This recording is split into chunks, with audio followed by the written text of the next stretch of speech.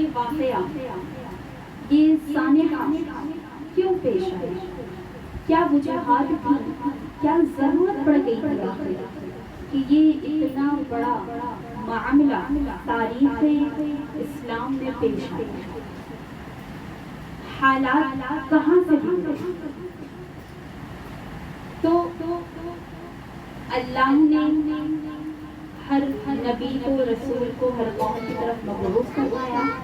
اسی طریقے سے حضور سید عالم صلی اللہ تعالی علیہ وسلم ہم لوگوں کی طرف مبعوث کیے گئے.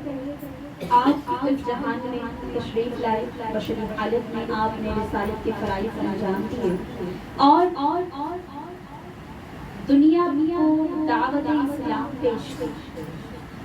جب آپ رسالت کی ذمہ داریاں ادا کر چکے، آپ کا ظاہری طور پر پردہ فرمانے کا وقت آیا تو آپ نے اس جہان کو الوداع کہا. اب رسول تو کوئی نہیں آنے والے، لیکن رسالت کے کام تو جاری تھا.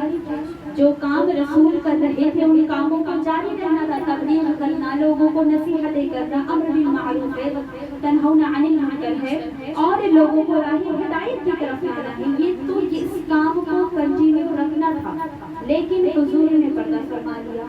تو اب حضور کی کرسی، حضور کا منبر یہ خالی نہیں رہنا چاہیے. اس لیے آپ کے اس ظاہری طور پر وصال کے بعد ہی فوراً خلیفہ بنے حضرت ابو بکر صدیق رضی اللہ تعالی عنہ. خلیفہ کا مطلب ہی ہے نائب، اسسٹنٹ. ایک باس ہوتا ہے کمپنی میں، ایک اس کا اسسٹنٹ ہوتا ہے. تو جب باس نہیں ہوتا ہے تو اس کی جگہ پہ پھر کون کام کرتا ہے؟ اسسٹنٹ کام کرتے ہیں اس کے.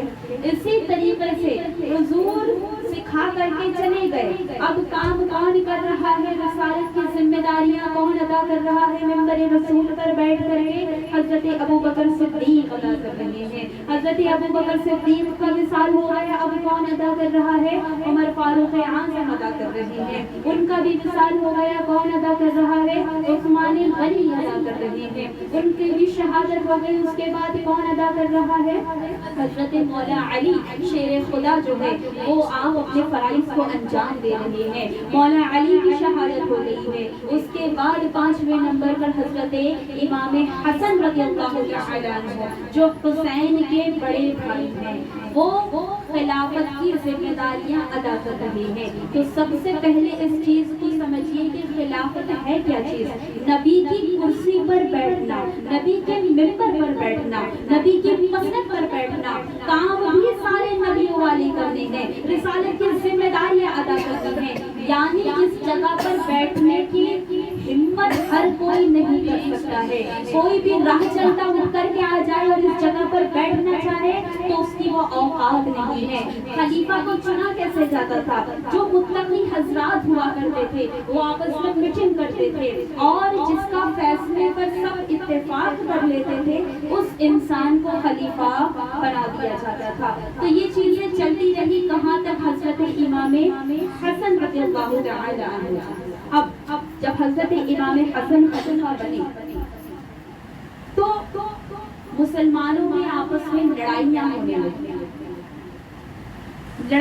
لگی بادشاہت کے لیے. مسلمانوں میں لالچ آنے لگا، مسلمان جو ہے راہ حق سے بھٹکنے لگے. تو آپس ہی میں لڑائیاں ہونے لگی کہ خلافت اس کو دی جائے، اس کو دی جائے، یہاں ہو وہاں ہو. اس طریقے کے معاملات، اس طریقے کی آوازیں بلند ہونے لگی.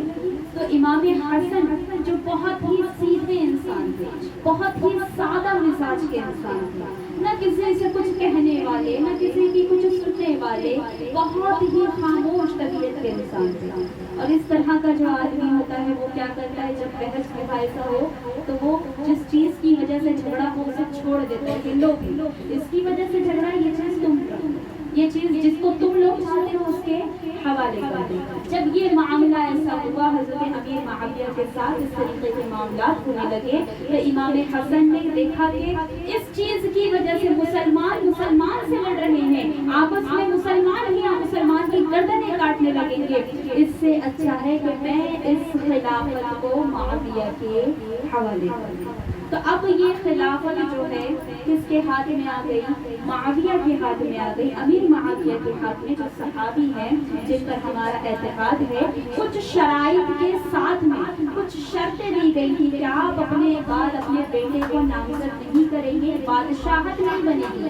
بادشاہت میں یہ ہوتا ہے کہ باپ مرا بیٹا بیٹھ گیا، وہ مرا اس کا بیٹا، خاندانی نظام چلتا ہے، جبکہ خلافت کیا ہوتی ہے؟ جس کو لوگ چنیں گے، جو نیک ہوگا، جو متقی ہوگا، جو پرہیزگار ہوگا، اس کو بٹھایا جائے گا۔ تو ان شرائط کے ساتھ میں بات ہوئی تھی، لیکن ہوا کیا؟ جب حضرت امیر معاویہ کا انتقال ہوا تو ان کا بیٹا، صحابی باپ کا شقی بیٹا، صحابی باپ کا لعنتی بیٹا یزید بن معاویہ، یزید بادشاہت پر بیٹھ گئے۔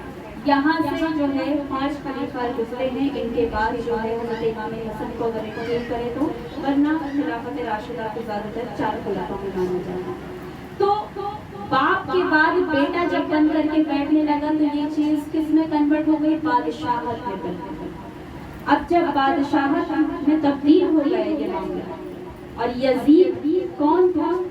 یہ لوگ سارے جانتے تھے کہ یزید وہ ہے کہ جسے نمازوں سے سروکار ہوا، جسے دین سے کوئی لینا دینا نہیں، جسے جو ہے جو شراب کے نشے میں دھت رہتا ہے، جو شاعری کیا کرتا ہے، جو ہے جنگلوں میں شکار کیا کرتا ہے، جو ایک بندر کو اپنے ساتھ رکھتا ہے اور جو ہے اسے پالا کرتا ہے، اس طریقے کی اس کی واحیات حرکات تھی۔ لیکن یہ بیٹھ گیا مسند رسول پر، یہ بیٹھ گیا خلافت کی گدی پر۔ اب اس نے چاہا کہ لوگ میرے خلاف نہ ہو جائیں، اس لیے میں لوگوں سے بیعت لینا شروع کروں، لوگوں کو جو ہے اپنے ہاتھ پر بیعت لینے کے لیے مجبور کروں۔ تو لوگ اس کے جو ہے خلاف جانے لگے کہ ہم رسول کی جگہ پر، ابو بکر کی جگہ پر، عمر عثمان اور علی حسن کی جگہ پر بھلا تجھ جیسے کو کیسے برداشت کر سکتے ہیں کہ جسے نہ نماز سے کوئی لینا دینا ہے، نہ دین کے کسی معاملے سے کوئی لینا دینا ہے، جو نہ حرام جانتا ہے نہ حلال جانتا ہے، جسے بس جو ہے شراب کا پتہ ہے،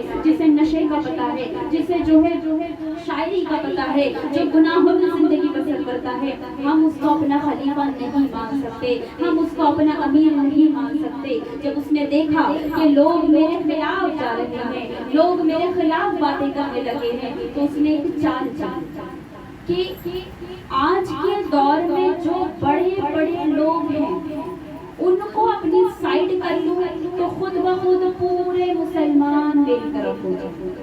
اس وقت بڑے بڑے کون لوگ تھے؟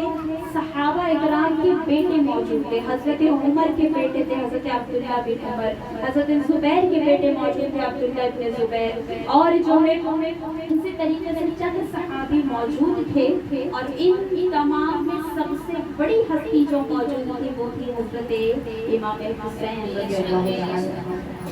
تو یزید نے خط لکھا مدینے کی جانب، وہاں کے گورنر کو ولید کہ یہ جو جتنے بھی لوگ ہیں بڑے بڑے لوگ، ان کو مجبور کرو کہ یہ میری بیعت کریں، یہ لوگ خاموش ہو جائیں گے تو سارے مسلمان خاموشی سے میری بیعت کریں۔ اب جب ان لوگوں نے ان دوسرے صحابہ کرام کے بیٹوں کو پریشرائز کیا تو سب راتوں رات جو ہے موقع لگتے ہی مدینہ چھوڑ کر کے مکہ چلے گئے کہ مکہ امن کی جگہ ہے، مکہ سلامتی کی جگہ ہے، مکہ میں جو ہے چھوٹے سے جانور کو بھی مارنا حرام ہے، انسان کو تو مارنا بہت دور کی بات ہے، تو وہاں ان سارے معاملات سے ہم بچ جائیں گے۔ یہی سوچ کر کے یہ لوگ چلے گئے۔ اب حضرت امام حسین بچے ہوئے ہیں، مدینے میں آپ رہ رہے ہیں، آپ کا گھر وہی ہے، وطن وہی ہے، ماں باپ وہی رہے ہیں، قبریں وہی ہیں، نانا کا مزار وہی ہے، آپ وہی رکے ہوئے ہیں۔ اب گورنر کی طرف سے پریشر آ رہا ہے، بار بار آپ کو بلایا جا رہا ہے کہ حسین یزید کی بیعت کیجیے، حسین یزید کی بیعت کیجیے۔ حسین نے فرمایا کہ میں حسین ابن علی ہوں، میں علی کا بیٹا ہوں، وہ علی کہ جو کبھی باطل کے سامنے ہے جو حق کی خاطر اپنی جان کی بازی لگا دیا کرتا ہے. میں کبھی جو ہے اپنے بابا کے راستے کو نہیں چھوڑ سکتا, میں کبھی اپنے نانا کے راستے کو نہیں چھوڑ سکتا. اور جب اصرار بڑھنے لگا, جب بار بار بلانے آنے لگے, تو آپ نے اپنی بہن زینب سے مشورہ کیا کہ اے بہن زینب, آج اگر میرا بڑا بھائی حسن زندہ ہوتا, آج اگر حسن اس جہان میں زندہ ہوتا, میرے سامنے موجود ہوتا, تو میں اس سے مشورہ کرتا کہ مجھے ان حالات میں کیا کرنا چاہیے. مگر ہائے, بھائی حسن بھی جا چکے ہیں, آج تم مجھے مشورہ دو کہ مجھے کیا کرنا چاہیے. کیا ہمیں یہاں رہنا چاہیے یا ہمیں یہاں سے کوچ کرنا چاہیے؟ بھائی بہن نے آپس میں مشورہ کیا. کہا بہن زینب نے کہ اے میرے بھائی حسین, یہاں رہنا اب خطرے سے خالی نہیں ہے. ایسا نہ ہو کہ اس پاک مدینے میں ایک مدینہ منورہ کی گلیوں میں جو ہے خون کی ندیاں بہ جائے, یہیں پر جنگ ہونے لگ جائے. اس لیے بہتر کیا ہے کہ ہم یہاں سے نکل پڑتے ہیں مکہ کی جانب. جیسے دوسرے چلے گئے ہیں, ہم بھی مکہ جائیں گے, وہاں سکون سے رہ لیں گے. آگے جو تقدیر ہوگی وہ دیکھا جائے گا. اب یہ فیصلہ ہو چکا ہے.